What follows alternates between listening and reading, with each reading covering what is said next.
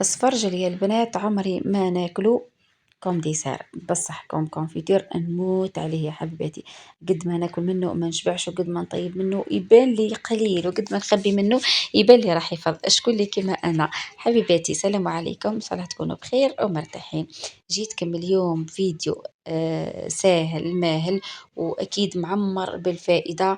حبيباتي، معجون اسفرجل بطريقه سهله بسيطه، تقدري بالكعبة تاع السفرجل والقشور تاعها تخرجي منها زوز وصفات، الاولى المعجون والثانيه الناباج. شوفوا البنات، بعد ما جبت السفرجل تاعي حكمت نقي، غسلته بيان وسكترته ونقيته.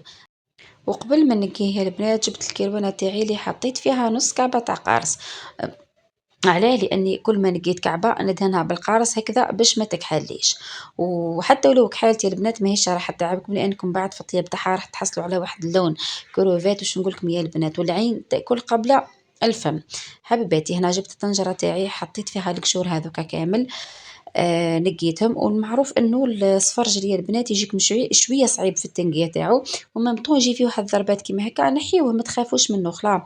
لانه كيما نقولوا كي تلقاي كعبه كيما هكا تقولي فوالا فاسده ولا مضروبه، هذا هو النوعيه تاعو الفاكهه هذه، وراح يجي مضروب. نقيوه بركه البنات. اذا عندكم البراش هذا تاع البطاطا، الموس تاع البطاطا ولا البراش، كل واحد كيفاش يقولوا، راح يسهل عليكم المهمه وراح ينحي لي غير القشره بركه، مش كيما الموس قادره كيما نقولوا تنحي منه نص الكعبه.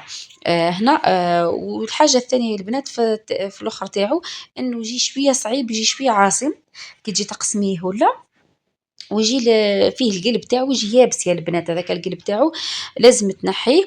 ونحيت يا البنات اوسي النواه تاعو، العلف تاعو، لاني من بعديك راح نطيبهم معاه، على خاطر هما اللي راح يخدموا كمحسن ويزيدوا يعزوا لي النكهه تاع المربى تاع اليوم.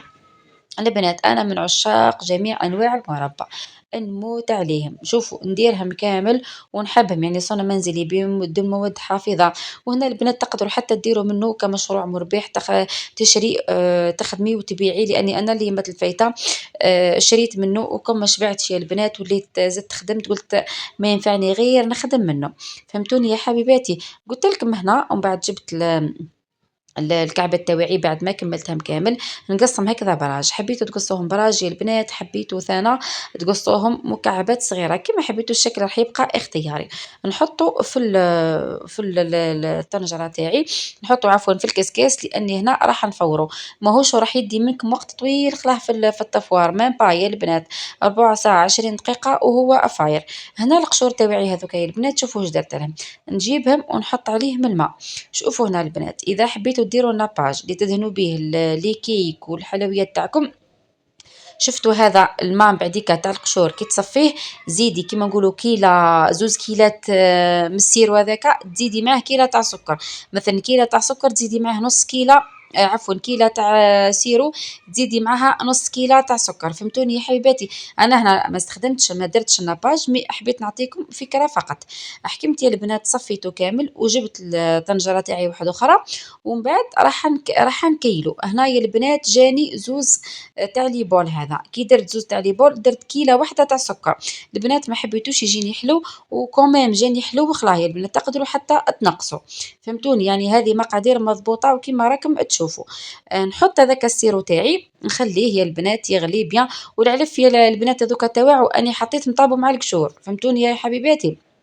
المهم حطيت هذاك السيرو ودوك تشوفوا حتى انت كشغل تخلوه يطيب حتى ينقص شويه الكميه تاعو، ويبدا يدير هكذا في واحد الفقاعات. والبنات وديروا معاه عصير نص حبه ليمون ولا حبه، انا هذا ما بقالي عصرته. نتوما ديروا حبه كامله ولا نص حبه، ثنا راح يعطيكم واحد النكهه بنينه ياسر. هنا البنات شوفوا بعد ما فار، شوفوا يعني قاعده نخدم فيه بين يديا، راني ذوبته يجي هكذا يجي ذايب. شوفوا يا البنات كي يعود السيرو تاعكم كيما هكا، جيبوا هذاك السفرجل تاعكم وحطوه كيما هكا، وخلوه نقصوا عليه النار قليله خلا. انا دالي تقريب ساعه غير ربع وهو يطيب حتى بدا يتبدل اللون تاعو الى اللون هذاك الكروفات كما قلت لكم. ومن بعد بدا هكذا شويه كي بدا يعقد وديرلكم هذوك الكشاكش من الفوق، دوك تشوفوه معايا البنات في الفيديو راهو بكل مصداقيه كما تعودتوا مني دائما. من بعد طفي عليه وخليه من بعد حتى يبرد، خلاه حطيه في لي بواط. حبيتي تستهلكيه، حبيتي تخبيه، حبيتي كيما حبيتي. هنا البنات وصلنا لنهاية الفيديو، إن شاء الله تكونوا استفدتوا من الوصفة، ويكون يا حبيباتي الفيديو أعجبكم. تنسونيش من تعليقاتكم وإجاباتكم إذا وصلتوا هنا واشتراكاتكم حبيباتي. خليكم على خير، مشاهدة طيبة، والسلام عليكم ورحمة الله تعالى وبركاته.